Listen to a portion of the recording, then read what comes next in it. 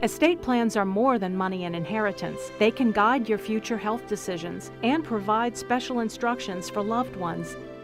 Put your mind at ease by getting your financial house in order. Consider leaving your legacy to WLAE today. For more information, call 504-830-3700. You're watching WLAE, New Orleans Public Television.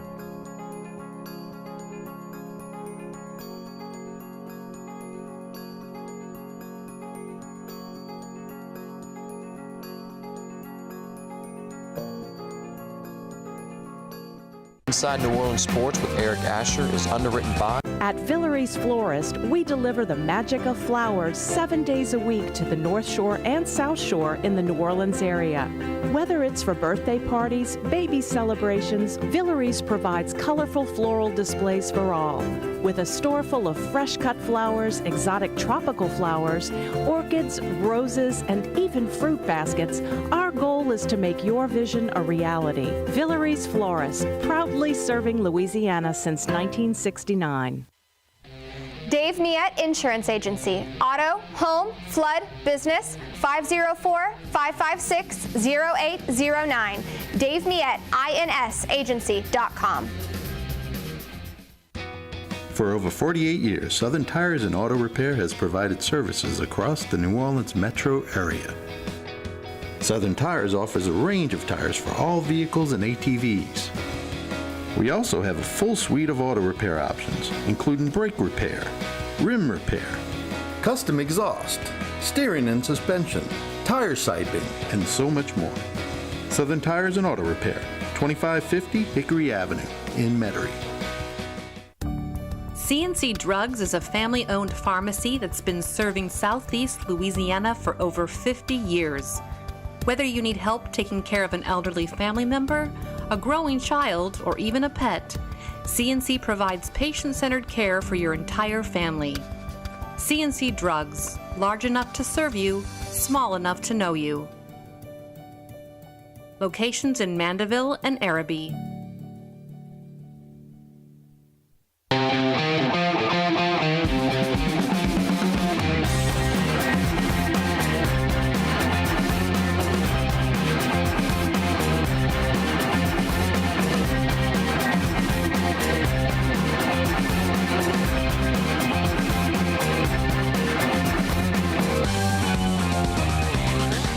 Good afternoon and welcome to another edition of Inside New Orleans Sports. I'm your host, Eric Asher. Hope you had a fantastic Christmas as now we go into, again, the new year, and here comes 2024.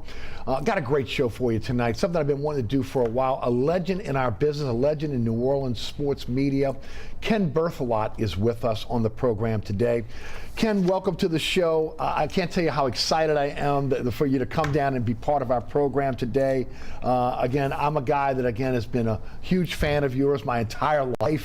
It seems like watching sports in this town. You've done so much, you've seen so much, you've been involved in so much, and thank you for giving us a few minutes of your time here after Christmas. Well, it's my pleasure to be on this show. I feel like I'm sitting with a legend, too, because I've got to tell you that I've watched your show. This is a really good show, and I enjoy it. And I think there's something special with anybody in sports journalism that if you can read their story or watch their show and you come out of that read or that watch and you've learned something that you didn't know before, that's very special. And I always get that from your show. So thank you very much. No, thank you. I mean, that is so gratifying. I mean, coming from you, again, a legend in this town. Ken, let's start off. Give people a little bit about your background. How many years were you in the media here in New Orleans? Or just in the media, period, because not just in New Orleans, right? Right. Well, I started in 1972. Born and raised here in the Ninth Ward, Araby, and grew up right down the street from the Lamarcks. Okay. So they were on the good side of the tracks. I was on the other side of the tracks. Went to Holy Cross, and then from there, Louisiana Tech University. And I was at Tech the same time Doug Dynasty was leaving, and Terry Bradshaw was coming in. And I'd like to tell you, I knew Terry back then, but only in passing as a regular student would know him. And I got to spend those years. When I graduated from Louisiana Tech, did a little bit of graduate school. Then it's so funny, Eric, got out, and there was I didn't want to be in pre-med, which is what I got my degree in. Right. And I said, this is not for me. I really want to be a sportscaster. And a guy named Tom Brent had a school in New Orleans that was called the Columbia School of Broadcasting. It was a franchise. Okay. Right down by the courthouse on Broad Street. And we had 9 people in the first class. I signed up, and we all got up to introduce ourselves, and he did this. He said, he looked like this, and he said, I have never heard such absolute disdain for the Queen's English in all of my life. He said, I promise you guys one thing, just off hearing you introduce yourselves, if you stay with me for 6 months, I'll get you a job at some minimum wage job in some little bitty podunk town in Louisiana, and you'll start your career. We all stayed with him, and we all got jobs at little bitty town. My first one was KTIB Thibodaux, working the 6 to midnight shift, and I told the general manager, I asked him, I said, I'd like to do all the sports that I can do. He said, you can do as much sports as you want. You won't get paid for it, but you can do as much as you want. So I started broadcasting Nichols games, baseball games with Ray Didier. That's when I started in baseball season. And from there, moved to Alexandria, Louisiana, KALB Television, following Greg Fox. If you remember Greg Fox, he was there, got the job at Channel 6. When he got the job at Channel 6, I got in his position at KALB, and stayed there till 1978. Buddy Diliberto and I had developed a relationship because we covered a lot of games together. And when Mel Levitt left, he was really the public affairs guy, but he also filled in on weekend sports. And when he left Channel 8, I realized he left to give Alec and Buddy a call. They said, send me a tape, sent him a tape, and started there, and was there in 1978, and my whole career has been here in New Orleans. So it's been a lot of fun. So Channel 8 from 8 to where? Channel 8, well, I went from Channel 8 to Tulane in 1985. So I was hosting at Channel 8 the coaches shows. And quick little story on this. Sure. The very first show I'm doing, the Mac Brown show, we had done the preseason show, I'm doing the first show, and after, that was the 110 season with Mac Brown, year 1. We got waxed by Mississippi State. And after the show, he gets up and he puts his arm around me, we walk a little bit, he says, you know, Ken, I don't know if I just watched the Mac Brown show or the Mississippi State highlight show. And I said, oops. I said, I probably put that together like a sportscaster and not like a coach's show, right? And he winked at me and he said, I said, I'll get it right, Coach. I'll get it right. That week, they called me and said, if we opened up a position for you, would you want to come to Tulane? And I said, I would love to do that, but what would it be? You already have a good voice. Don Crockett was an excellent voice. And they said, Mac was a little bit ahead of his time. He said, I want television. I want television broadcast of our games if we can get them. And I want my show, my coach's show, to go nationally. This is 1985. You don't have a lot of coaches' shows airing nationally. And somehow I got it, 7 o'clock. I can't even remember the network. Nationwide, Tuesday night, 7 p.m. our time, Central Time.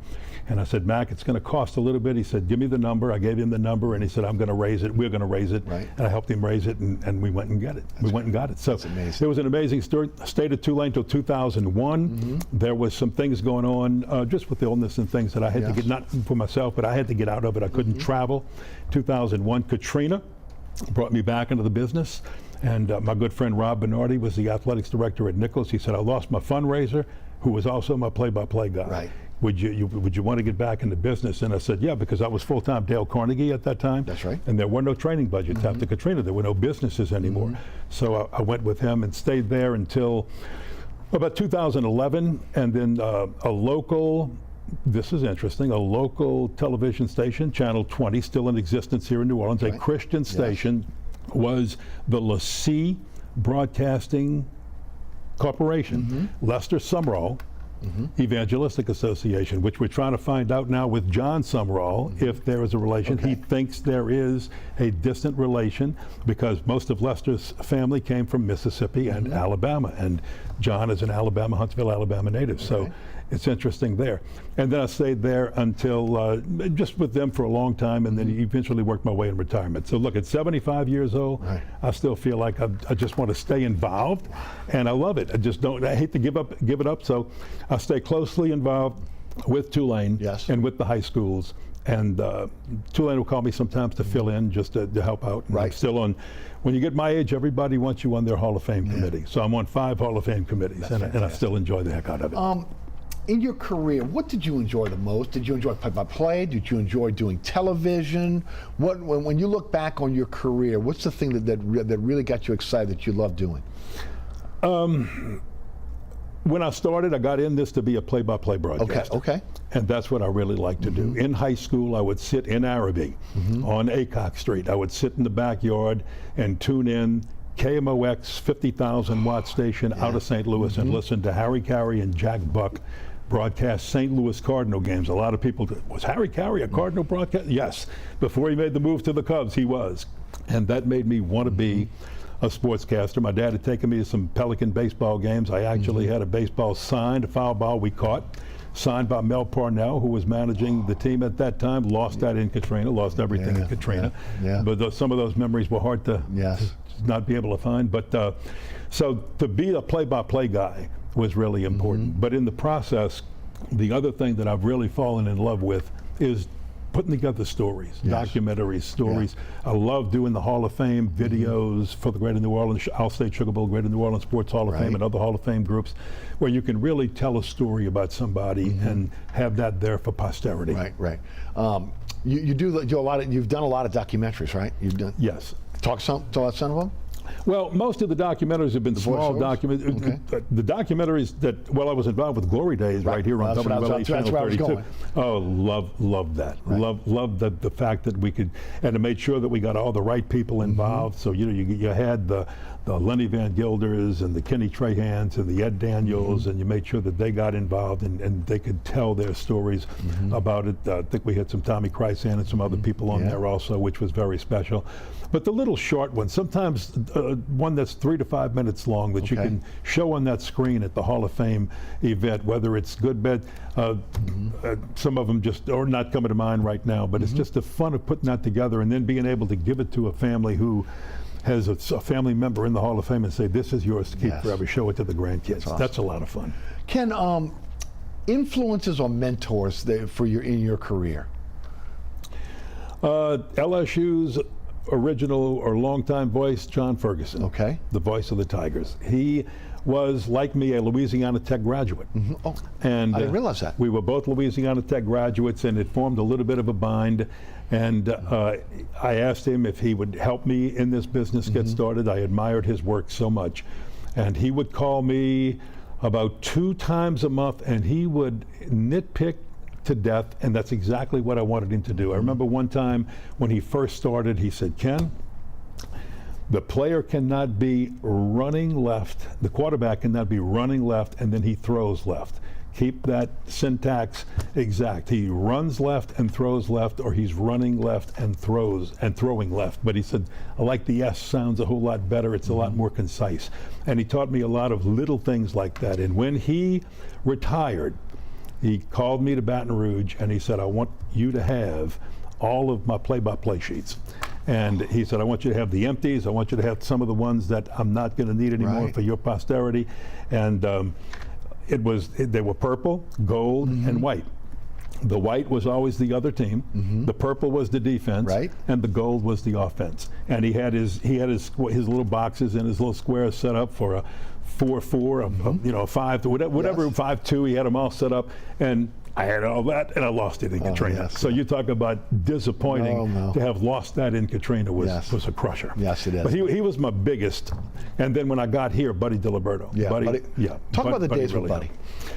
Oh, the days with Buddy was so good. I had gotten to know Buddy because even though I was in Alexandria, I would drive to everything LSU had. And if LSU didn't have a game, anything into every Saints game, Tulane games if LSU wasn't playing, because Alexandria was more of an LSU market because of where they were.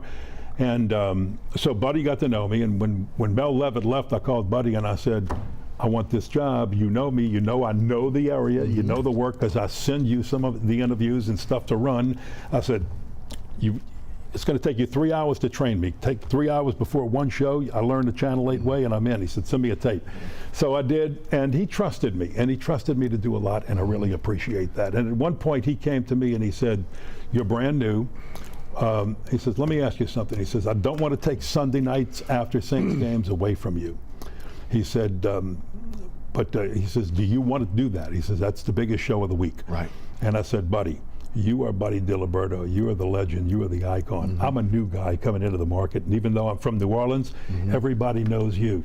I said, I can be a part of that show, but I think you need, during football season, at least to start these first year or two, you need to anchor that show. And he did. And he just took me under his wing and just showed me, this is how you do this. This is why it's important to have this on the air. This is why it's important to put the morning lines on the air. Right. Back then, it wasn't like it is now. Right. And I'll tell you a quick story. You're gonna love. Please. 5 o'clock, well, at that time we only had a 6 and 10 at Channel 8. And a guy calls up, and it's 5:45, and I'm typing everything up, and I go type them on the Chiron, because at that time you put everything in yourself on those things. So a guy calls up, and Buddy's listening. Buddy's typing some last-minute script stuff, and he's listening. I'm saying, oh yeah, Buddy, Buddy said, take the Saints and spot the 4, whatever it is. So man, as soon as I hung up, Buddy says, man, don't ever do that again. And I said, why? Because I didn't know. And he goes, well, he says, some of the local bookies at that time, everything wasn't in the open. Sure. He says, they'll watch that, and if they know before we go on the air, they'll actually adjust their lines, and it makes a difference with the money coming in and going out. And I didn't totally understand that part of it at that time, but I said, you got it. So sometimes it was little things like that, but mostly it was just how to cover things. And what he taught me mostly was, you don't answer to the teams. Don't worry about whether a coach likes you or doesn't like you. Your family is the audience.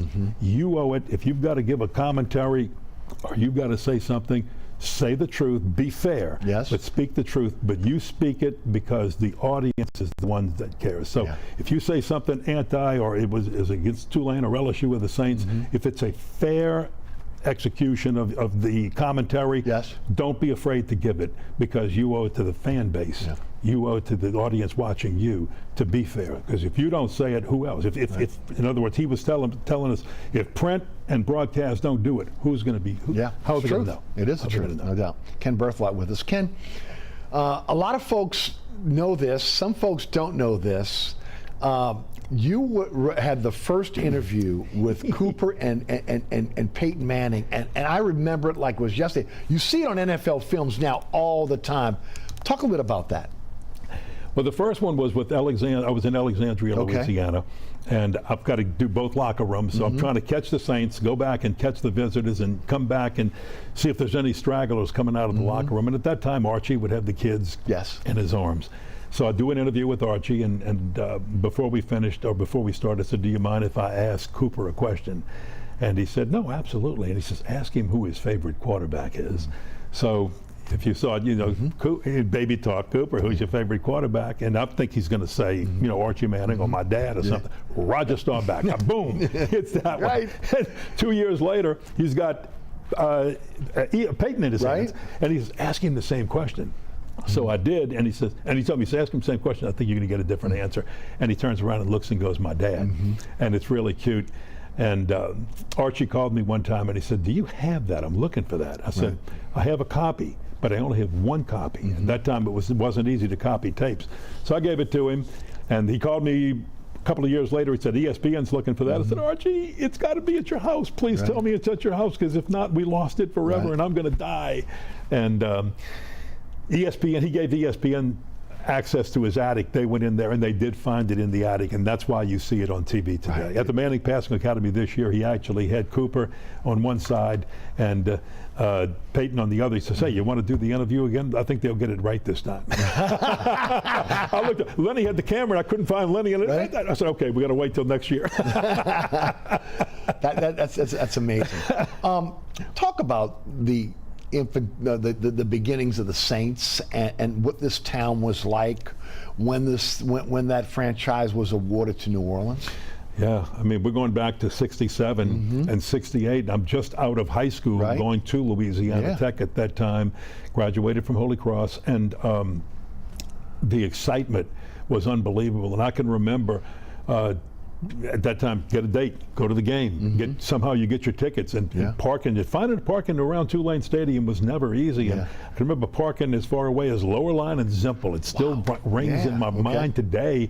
And then you'd walk a mile or two to the stadium and get in there and watch it, and you had to be part of it, and it was so much fun. But it changed what New Orleans was. It changed what other people thought about this. We became a big league city, and it's never gone back to anything. Thank God we didn't lose them after Katrina, because it was close. It was. But it was close, and because no one was sure if this city was going to come back and be able to support a team. So, but thank God Mr. Benson stuck with New Orleans, and we kept the team and added an NBA team too. When you look at those early years and how difficult it was for the teams, because again of management, ownership, etc. Talk about the. I really want to talk about the Archie Manning years and what he did coming over from Ole Miss, because he seemed to, again, look, this was a Saints crazed town, but they seemed to take it to another level when Archie was drafted. Archie, I like to say, and you don't have to agree with this, sort of legitimized the NFL, the professionalism of it, the stardom of it, that we had a star now that could come to New Orleans and be here and want to be here. Want to be here. I mean, just fell in love with the city, and you were getting somebody who was just such an excellent talent. Unfortunately, they just never built the team to give him the support and the protection that he needed. My joke used to be they should have given Archie Manning not only a Ring of Honor spot, but they should have given him a plaque of the top of the dome, because he spent most of his time on his rear end looking up. Bless his heart, And but if he could have only had the type of coaching that a Sean Payton had in that day. And I know that they tried. They definitely tried to put the people around him. The owner was a great owner. He probably too generous in that he paid too much money up front without letting some of the personnel and coaches go out and have to earn that, in my opinion. But Archie is still a part of this franchise and a face of this franchise that will never, ever change. Never. I agree. And a lot of people, again, that maybe younger people don't realize, again, what he meant to that franchise when he came in, where the franchise was, what he did. Now, again, didn't win a lot.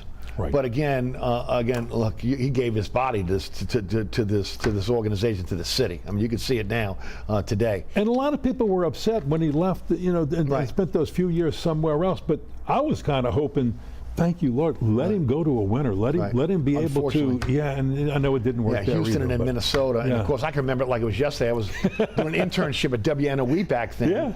Worked with Mary Foster Sports. I know you know Mary Foster back in the day. Loved her. And we had the Archie Manning show.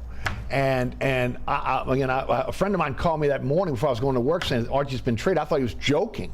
And then when of course traded for Leon Gray, a broken down tackle, and of course kind of changed the course of the Saints. Kenny Stabler kind of taken over during those Bum Phillip years. But again, he will be always remembered as again, really a true Saint. Yeah, and look, to have played his pro ball here, growing up and being from Drew, Mississippi, and play his college ball at Ole Miss, I just think he's such a special example of what an athlete can do for a university, for a city, for a team, what he can bring to it when they're willing to stay and say, this is where my roots are. I'm going to be part of this. The mid-'70s were so much fun here in New Orleans because we got an NBA expansion franchise, the Jazz. Pete Maravich comes over. I mean, to have Archie Manning and Pete Maravich as kind of the two faces of those two franchises were incredible for New Orleans back then. Oh, I'm so glad you brought up that. I almost forget about Pete Maravich and the Jazz, and my goodness, he was such fun to watch, and he was such a talent. And how when he was in college, they couldn't go further with him. You know, I don't know. And actually, I do know, because what almost everybody did, and Adolph Rupp talked about it at Kentucky. He said, look, I respect him for what he is. You can't stop him. You have to stop everybody else. Yes. So everybody else stays in single digits, and Maravich gets whatever he gets. Because if he gets 50 and everybody else is in single digits, we can get 80 and still beat him, even if it's by 3. And that's what a lot of people did to the LSU teams back then. But when he got into the pros, it's a different story. And again, he had some talent. It was fun to watch. And you know, at that time, in pro ball, you just want to see the fun. You want to see the entertainment. Right. And you want them to win. You want them to do well. Right. But when you got talent like that, you just enjoy it. Right. You know, I remember Rich Kelly with him. I mean, how big was that? Right. And you got some stories about Rich Kelly, huh? Yeah, Rich Kelly was that big, what, 6'10", 6'11", maybe, was he a 7-footer? Yeah. 7-footer. Out of Stanford? Oh, man, he's coming down to do a slam dunk one time, and our photographer from Channel 8, we're working the game, I'm covering the game, and she's about 5'3". And she's about 5'3", and she's sitting under the basket, and she's watching him, and he's coming in, and he just slams it, and then he is coming to her, and all of a sudden you can hear the scream, and then kabow. Right. And it's fun watching it. It wasn't fun for her, but it was fun watching it when you go back and watch it. And, you know, you see the camera go all over the place, and he just ran her over, and they had to stop the game, and they're out there checking on her. Not the play, he's fine. He's looking at oh my God, you know. Sure. And he felt bad, but it's funny how some of those memories stay with you like that. But crazy days. But watching Pete Maravich and Kelly and the guys that were on that team was so very nice. It was a fun. It really was a fun time for the city. Again, when you talk about, you know, the Saints, even though they weren't winning, the Jazz weren't winning, but it was, you know, we were a big league town. We had 2 professional teams. Now again, we had the ABA with the Bucks at one point. Again, there was a short-lived here, but and it really started the shift from, again, collegiate sports to pro sports, because things have changed, right? I mean, when I was, I guess when I was really, really young, and I remember the sportscasts were boxing, the fairgrounds, as you mentioned, the morning line, and college. That's it. And college. It was really when you got really in the 70s, late 60s, early 70s, when we started to see this kind of shift to more of a pro town. Would you agree with that?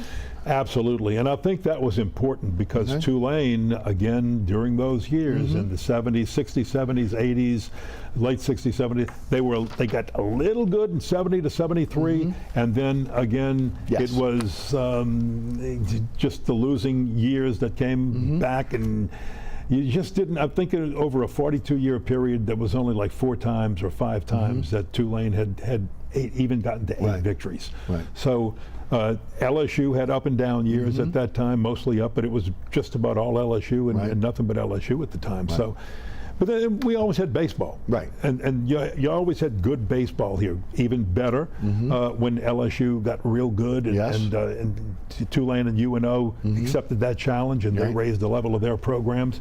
But this is still a football town and basketball town and baseball too. But I think it goes football, basketball, baseball. People forget how about LSU and UNO, how good UNO was in basketball, and of course what Maestri did in baseball. What Maestri did in baseball was you know, we could do a whole show just on Ron Maestri, and not only what he meant to UNO baseball, but what he meant to baseball in this city. Right. You know, and you can't even do that without bringing up Rag Sherman and Joe Sherman and how what they've done at Delgado to feed all 3 of these programs, including what Skip Bertman ended up doing at LSU. Right. So those things are very, very special. But God, what Maestri did was just unbelievable. Yeah. You know, I neglected to say another sport that was big was boxing in this town, right, at one time? Boxing was so big in this town at one time.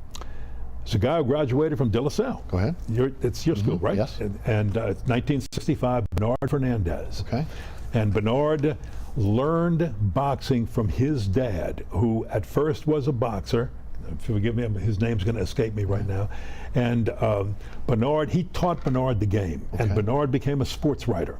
Graduated from De La Salle. Actually, we started our careers together in Houma Thibodaux. Okay. He was the editor of the Houma Daily Courier when I was at KTIB in Thibodaux. And then when I went to Alexandria, he was in Jackson, Mississippi at the Clarion Ledger. And then when I came back to New Orleans, he moved to Philadelphia and retired just recently in Philadelphia as one of the top writers for the Philadelphia Inquirer, and just got inducted into his 4th Hall of Fame, this one being his fourth one was the biggest one, the International Boxing Hall of Fame, Bernard Fernandez de La Salle. And his dad taught him the game so well that he's inducted as a contributor and as a writer because his writing was so superb on all of the boxing events. They sent him around the world. He is now publishing his 5th and last book, but his first 4 are out. He's done some signings in the Philadelphia area. Trying to get him to come do some signings down here. He says, well, I don't think anybody remembers me. I said, it's the books and the works. But I'll tell you, if you are interested in boxing and you want to recap the big and the little fights, but the fights that had significance in the sport, he's got every single one covered. He touches on the history in New Orleans. He touches on what it was like in the old days with Les Bonanno and people like that. He stayed in touch with Bonanno and Bob Arum. I mean, he would talk to those guys weekly and stay on top of things. So it was very special, but it all started right here, and he learned it in a boxing town. Yeah, we had, well, you go back to, again, the origins of boxing in this country here in New Orleans, and then again, I'm looking at the dome behind you. One of the biggest fights ever, again, with Muhammad Ali and Leon Spinks. Yes, yes, and all I remember was every time there was, and especially that fight, there was something real big that happened, we would get so many media who would come to Channel 8 after, and I think this was because of Buddy's newspaper connections from the old days, and they would say, before we write this or before we do a follow-up story for the next day, let us take it to the monitors. We want to see the video, and they would go frame by frame on. I remember the No Mas fight. I mean, sometimes they went back. They went back on that one, and they said, we want to see it. I mean, we had so many people from the Northeast in the newsroom that day, looking at frame by frame of that fight, wanting to check it out and just to see what was up before they had to write the story, that it was really amazing. Yeah. We're a big horse racing town too, right? Oh, always have been. goodness, Fairgrounds, again, historic. When you talk about not just, again, some great horses that have been here, but breeding horse here in Louisiana, and of course you covered that in your time in media as well. Oh yeah, they had a Channel 8 day at the races in favor of Buddy. I think they had one before it because of Hap and their long-standing relationships with the fairgrounds. I used to tease Buddy. I said, you know, Buddy, I said, I'm not sure if all of these races are legit. I would tease him like that all the time, and he'd go, he says, well, I'll tell you what. He said, you take a camera, go out and do a feature. Go out there and ask the people out in the stands, ask the people who are going to the betting windows if they think it's legit or not. So I did. I said, I'm going to take you up on that challenge. So I'll go out, I'll do the feature, and I'd ask people, well, do you think that, you know, that maybe this race might be fixed or something? People were so good-natured about it. They go, you know, if it is, Ken, it's just another thing we have to take in account when we're handicapping it and betting it. He says, we got to figure all of that out. And then they'd go, no, it's not. It's legitimate. So we'd have some fun with it. But I would tease Buddy. I said, man, for as many jockeys as you know, you think in the press room here we could lean up against one of these poles or something going down and be able to hear what's going on. So if it is, we'd know who to bet. And he'd go, would you cut that out? They're straight, they're good. Otherwise the betting wouldn't happen because it would mess up the whole betting cycle. And I know, I'll just tease him on that. We had so many good days covering fairgrounds that, and no real special stories, just the fun days of being in there. But I'll tell you that Buddy and Hab Glotty did so much for the fairgrounds that in the old fairground days, they had a reserved parking place under the press box area. So we would pull in, and I would go with Buddy, say, let's go have lunch at the fairgrounds today. We'd pull in, go eat in the press box, look at a couple of races, maybe bet a couple of races. All right, time to go back to the station, start putting the 6 and 10 together. Boom.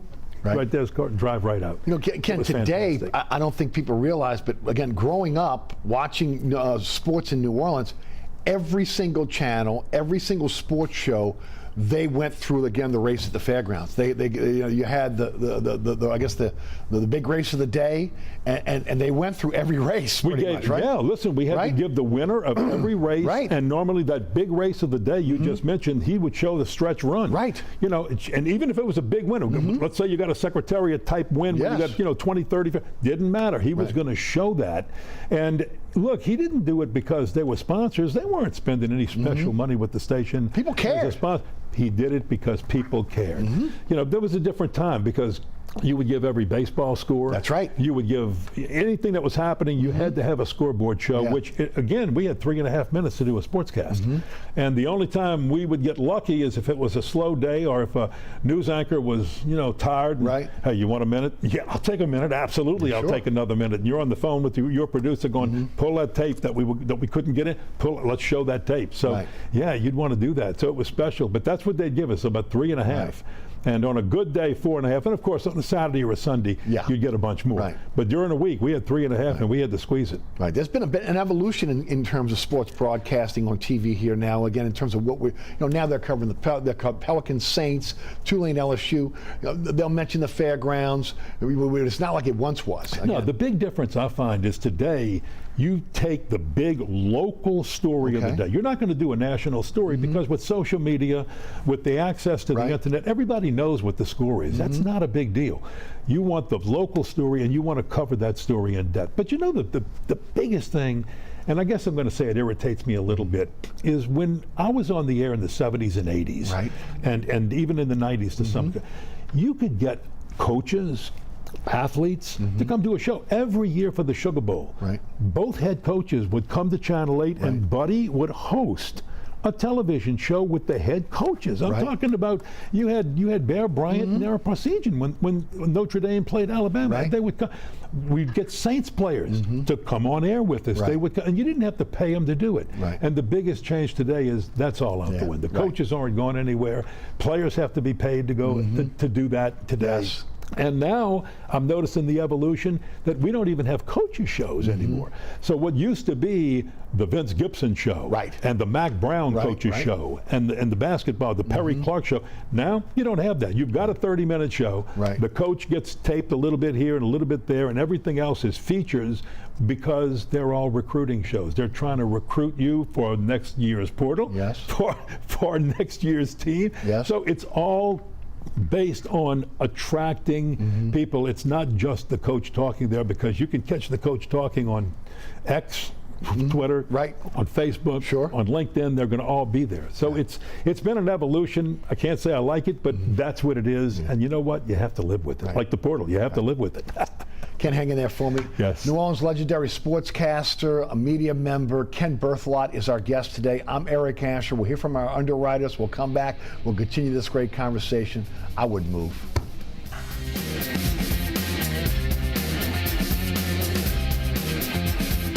Burkhart's Air Conditioning, Heating, and Refrigeration has been family-owned and operated since 1989. Burkhart has energy-efficient solutions and offers brands such as Mitsubishi ductless AC units and Amana, the only manufacturer with a lifetime unit replacement warranty. Burkhart's offers maintenance bundle packages that include servicing your AC, generator, and tankless water heater.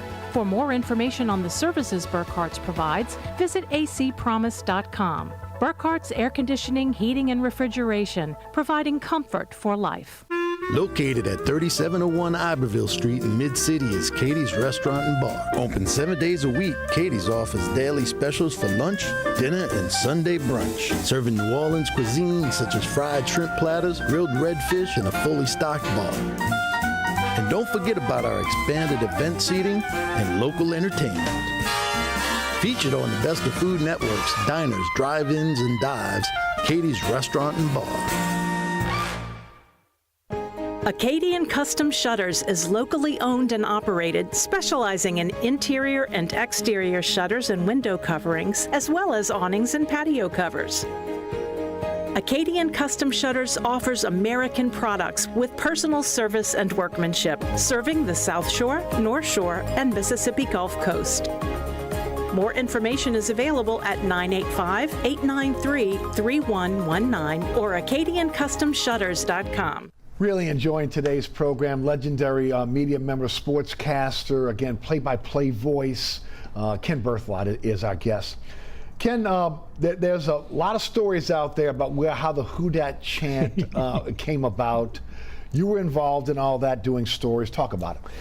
Well, sometimes it's good to be at the right place at the right time, even if you're just lucky. In 1982, Buddy had just left Channel 8 to go to Channel 6. Ron Swoboda was hired. Yes. Swoboda said, I can't do what the legend Buddy DiLiberto did with this on sports, a 30-minute show before Monday Night Football. Yes, I when remember. Monday Night Football was the thing back then. Okay, you don't have all this ESPN stuff, and so from 7:30 to 8 o'clock, we did a 30-minute show. So Swoboda said, let's divvy this up, and we had a couple of other sportscasters. They were going to take the college scene. He says, "Ken, you're from New Orleans, do the high school scene, and I'll do this." Ron Swoboda would do the Saints.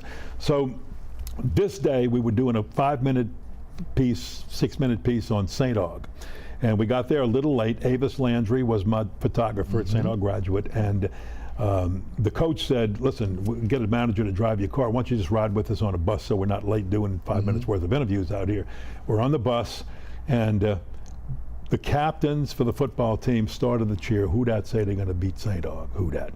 And I looked to the right, and because we're standing by the door on the school bus going out, and Avis said, back then you had big tape recorders you had to turn on. He says, "I'm turning it on. I'm rolling, brother. I'm rolling." So he picks up the camera and he starts rolling, and we go back and we get the whole cheer with the whole team doing who dat say they're going to beat St. Aug.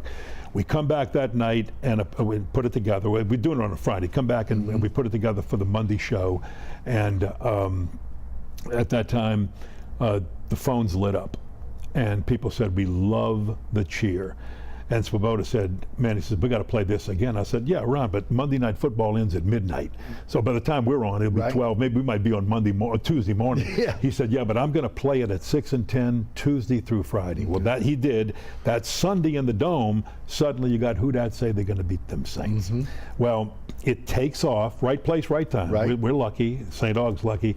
Talked to Darren Dixon about that. He says, "That wasn't," he says, "I was the year after, but I remember the guys talking about it." And he says, "I remember it very well." He's now the prefect of discipline, was a quarterback on that next St. Aug team. So, so anyway, it takes off. Swoboda is quick to find out that a guy named Steve Modesier, and I want to say Garcia's first name, I'm going to forget this, they were the record producers, and they said, "This is hot. We've got to build this into a song." Right. So they go and get 5 singing Saints, and they write, and they get Aaron Neville to sing it. Yes. And they write a little bit of the Saints Go Marching In, and they put the who dat cheer in there. And at that time, we were also going live on Monday night from different restaurants or lounges around the city. We're in New Orleans East at that time. And the 5 singing Saints, I got them written down so I don't forget them. So it's Dave Waymer, Brad Edelman, John Hill, Reggie Lewis, Louis Oubre, and now I think there was one more for that night that was singing with them. They're singing on the balcony. Fire marshal's gone nuts. The place is overpacked. Everybody wants to see it. Again, Aaron Neville is there. So the whole thing's taking place and being unveiled. And Swoboda, in his own words, he's up there with them, and he kind of separates himself to the side a little bit. And I said, "Why'd you do that?" He goes, "Well, I was looking at me, I was looking at them," and he says, "I kind of thought I may have been a little rhythmically challenged with that group who was pretty good." Swoboda's great with one-liners, folks, I can tell you. Now, he's one of the best at it. And it took off from there. And it just went viral. And ESPN in 2022 came in to do something. Newspaper, Times-Picayune, Chronicle did back for the 40-year anniversary, and they did a nice story on it. But when ESPN came in and we both did the interviews, and they tried to talk to some people at St. Aug. This was during COVID, and no one was available at the time. But Swoboda, I thought, gave the quote of all quotes. He said, "Look, this was 1982. There were no cell phones. There was no social media. But he says, I'll tell you this. This cheer, this chant went viral long before anybody knew what viral meant." And he was right. And by the way, there was some, and ESPN said, what would you say to the other high schools that said they were also using the cheer? And I said, I don't take that away from anybody. There were other high schools using a who dat chant. But I said, until the Channel 8 cameras rolled on a team doing it and put that on the public airwaves in New Orleans, Louisiana, in a place where that could only be adopted and made its own by Saints Nation. Until that happened, it didn't go viral for anybody else. So You just got to credit St. Aug and myself and Avis for being at the right place in the right time. But it was really Steve Modesphere, Ron Swoboda, and the Saints organization who adopted it and said, let's go with it. This is a great thing. No doubt about it. And of course, Louis Oubre, a former St. Aug Purple Knight. Yes. And of course, again, a New Orleans Saint. Yes. Yep, no doubt. Yes. All right, Tulane, past, present, and future.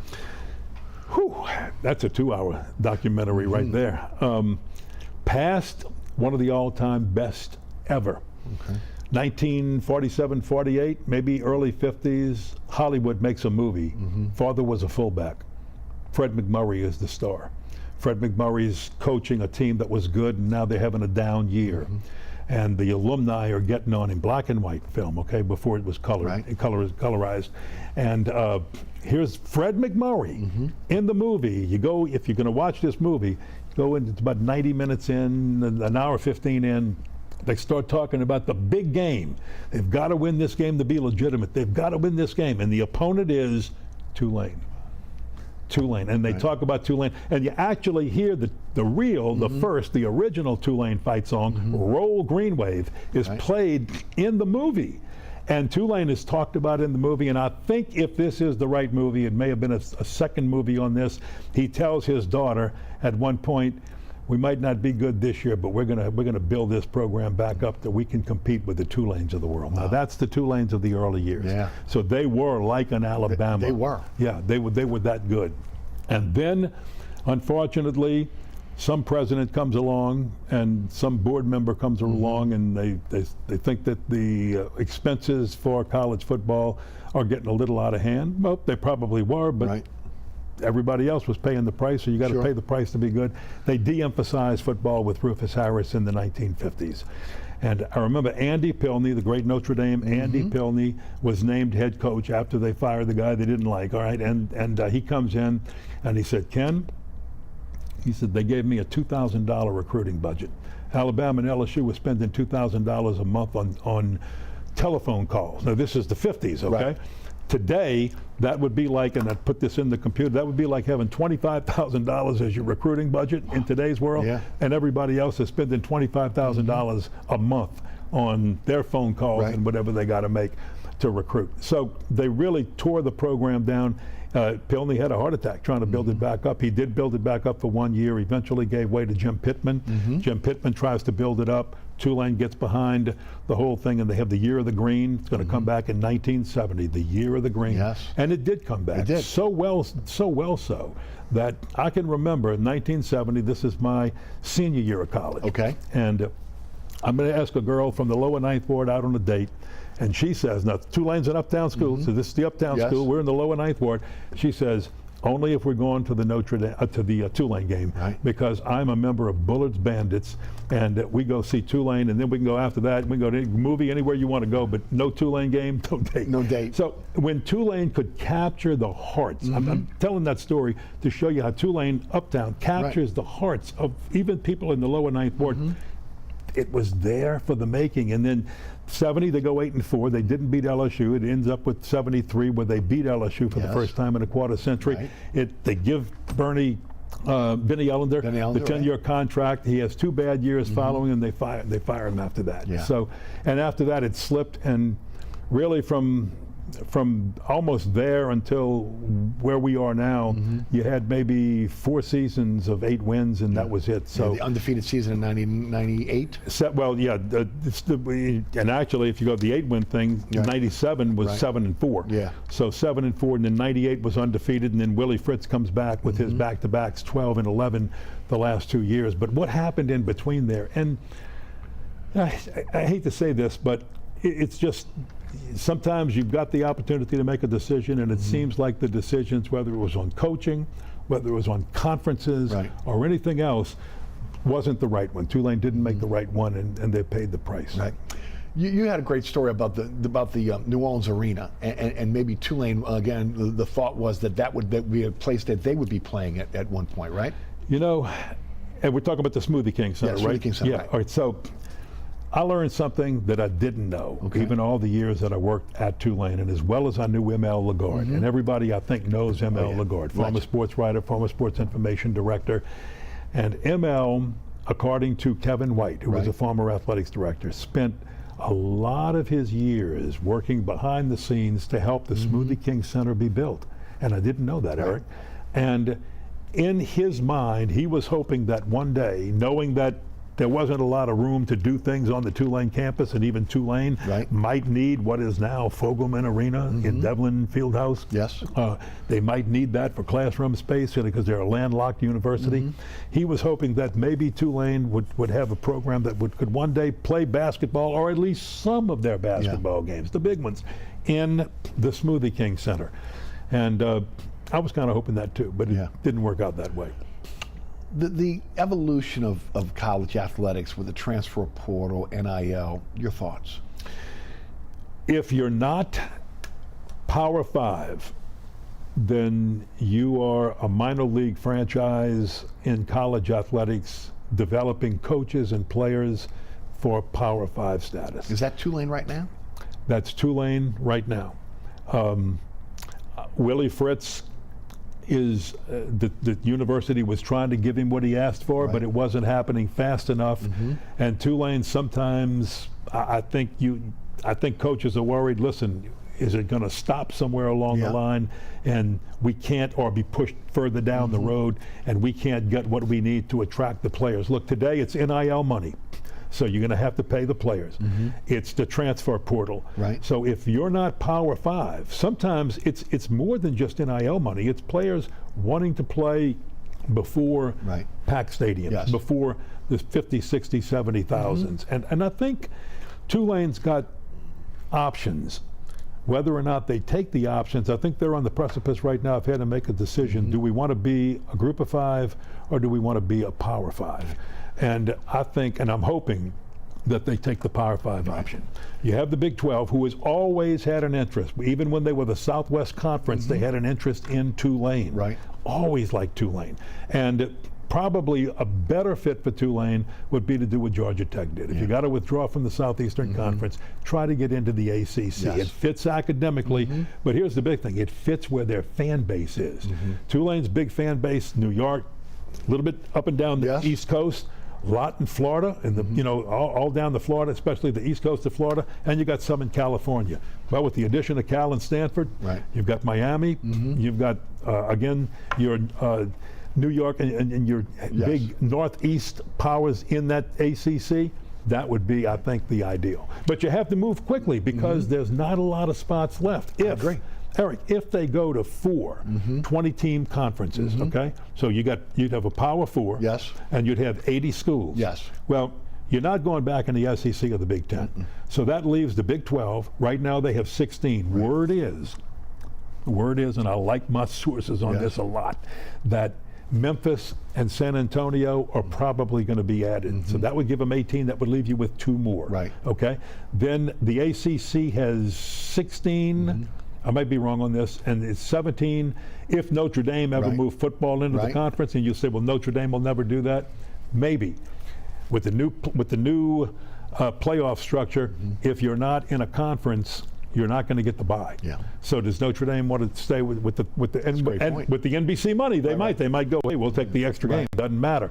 But if with the addition of Cal and Stanford, if Notre Dame was to ever get into the ACC, SMU is in the ACC. Rice has made a gigantic money donation, or money. I'm looking for the word here. Investment. Thank you. To get their program up, because with their academics, they're looking ACC. So I think that would be a great move for Tulane, but the administration has to decide that's the way they want to go. I would agree. Let's talk some LSU. Your thought, so many great stories, from Skip Bertman to Dale Brown to, again, the LSU football team. Take it from here. Your in thoughts, which way? Your thoughts on just some moments that you remember, some things that have really stuck out. Obviously, again, you've seen now 3 Heisman Trophy winners. You've seen 3 national championships in football. Again, Dale Brown, what he did in basketball, and of course, my only disappointment for Dale is that he didn't win. You wanted him to win 1 national championship. You wanted him to get that one. But look, LSU is committed to being the best of the best, because there is Power 5, Right. and then there's that very elite status in the Power 5, those 4 or 5 schools that are the best in every conference, and they're definitely committed to doing that, and I think it's showing up with what they're doing right now. Now you have to scratch your head a little bit on Brian Kelly. I love him as a coach. I loved him at Notre Dame. I was a little disappointed at the way he started in his first 2 years, from the standpoint that, you know, Florida State just happens to have LSU's number, Right. for whatever reason. You remember back in the 1990s when Bobby Bowden was Yes. going to play 5 straight in Baton Rouge? Yeah. And I can't remember if I know he won the first 2. I can't remember if it's 2 or 3, and they bought him out of the last 2 or 3 and said, that's it. Yeah. And then this Florida State comes in and catches them twice too. But Brian Kelly has got to step it up, because look, without Jaden Daniels, this was a 5-loss LSU team I this agree year. with you. And you know, he doesn't have that coming in at quarterback. And remember, it took him 1 year to develop Jaden Daniels. So LSU's, I think, football-wise, Brian Kelly said, I've got a plan, and my plan works. Right. I believe him, but I think this year is this year that we have to see that plan work, and that LSU has to be right in the thick of everything, Right. as far as those. And look, it's going to be a little different now, because with the 12-team playoff, whole lot different than counting on a committee. So you're going to have 2, sometimes 3 teams possibly from a conference into the Right. playoffs. And by the way, which groups are going to get hurt the most on that, even with a 12-team playoff? Group of 5. Right, no You doubt. may get 2, but you know, you're always going up against 4 and 5 if you do. So Skip Bertman's time at LSU. Skip Bertman was fantastic. Skip Bertman realized that he could take what was done in minor league baseball to draw a crowd and create excitement, and take it to the college level. So if you ever covered minor league baseball, and I didn't cover it when I was here, and I didn't really understand it when I was here because I was young, but in Alexandria I did. Okay. We had a minor league baseball team called the Alexandria Aces of the San Diego Padres, and on that team, even though they weren't big names yet, Mike Ivey was behind the plate, and Bill Allman was at shortstop. Randy Jones was the ace on that staff, and the center fielder was Dave Winfield. Right. And the 2 guys, and I wish I could remember their names right now, I'd have to go back and look in my files, they ran that like a place you wanted to be. I mean, they had hostesses that would come, and if you didn't want to get up to buy popcorn, they'd get it for you. They'd bring you Coke to you. And those guys did everything. And they had all the crazy stuff between innings and those kind of things that would go on nationally. Yes. They did it, and they filled, they got a lot of people to Bringhurst Field in Alexandria to watch those guys play. And when Skip Bertman took over LSU, he could see some of that going on with Ron Frazier at Miami. And when he took over at LSU, he said, we can do this here. Right. So he did that to bring people in. He created all the excitement for fans to want to come. And then the last thing he did was he got the media. Right. You got to get the media involved. And he got the media. He started Tiger Vision Yes. with Ronnie Rance. Yeah, Tommy that's right, Chrysan was that's part right. of Yeah, that yeah. at times, and so were some other people. Len Rollins, a couple of other people. And he said, we've got to have 2 things. We've got to have every game on the air, which they got on WWL. And he said, we have got to have as many home games broadcast and any away games broadcast that we can do. And Tiger Vision brought that. And once they started bringing it in, and the guys understood and did a great job broadcasting baseball, making it Yes. appealing, everything took off. Yeah. It was amazing. Incredible. There's a side story to that. Go ahead. You got time? Yeah, I got about 2 minutes. I got All right, a minute and a half. How's This is that? real quick. Rick Jones came to me at Tulane, and he said, they're doing the right way up there. It's not the way college baseball has been done anywhere else, but Ken, we got to keep up with them. We got to go toe to toe with them. And he said, can you find me a game a station that'll broadcast all my games? And we were sharing WWL, so there wasn't another station that could do that, because you play at the same time. Yes. So we found 88.3, and they are still broadcasting Tulane baseball RBH. and RBH and women's basketball today. So we got that, and we got him a television coaches show, and we tried to do some games on TV that couldn't do as many as Tiger Vision was doing, because they didn't have the same budget, but we raised some money and we got it done. And Rick forever today is appreciative. He said, you helped Tulane stay toe-to-toe with LSU. And remember, he didn't have the scholarships. That's right. He didn't have the scholarships. The tuition was a big part. Yes. He had to count on legislative scholarships to help fill the gaps. Yeah, that's no doubt. Interesting story. Yeah, it is. And UNO was doing, Ron Maestri doing it over He was the there along with godfather Tommy here. Schwanner. Right. Yeah. So Tommy Schwanner, Ron Maestri, they were doing it over there. Yeah. Boy, this was a great baseball It really was. It really, no doubt about it. This has been one of the highlights of my career. Thank you so much for giving me your time today. Again, so much appreciated. I've always been such a big fan of yours. Ken Berthelot, thank you for joining us on the program today. Thank you for having me. This was my pleasure. I mean, I appreciate it from the bottom of my heart. Thank you so much. Thank you. Ken Berthelot, one of the legends in our business here in New Orleans. All right, thanks so much for tuning in. Happy New Year to each and every one of you. Wishing you the best in 2024. Remember, there's so many ways to catch our program now.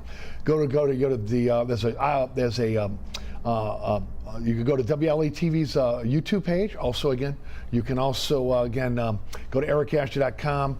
And also, again, we remind everybody, you can catch me on the radio. That's 106.1. That's weekdays 4 to 6.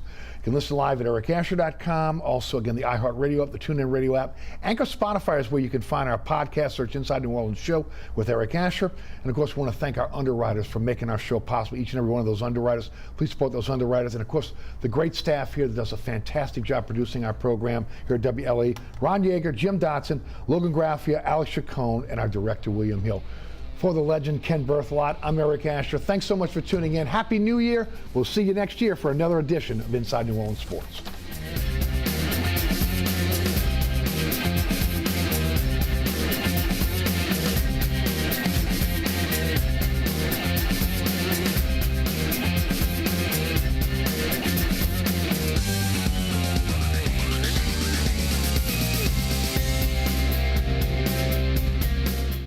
Been waiting all winter for some summer fun? Your patience is about to pay off. Camp TV is back with me, Zach, your head counselor, and all new wild adventures, Do you guys have any ideas of what animals they are? discoveries, I've got an idea. You should probably do this outside. and music and movement. Come and sing along. That's pretty good. And feeling crafty? Have no fear, Crafty Zach is here. We've got tons of that too, with all new theme days and unique Zach challenges. Zach Challenge.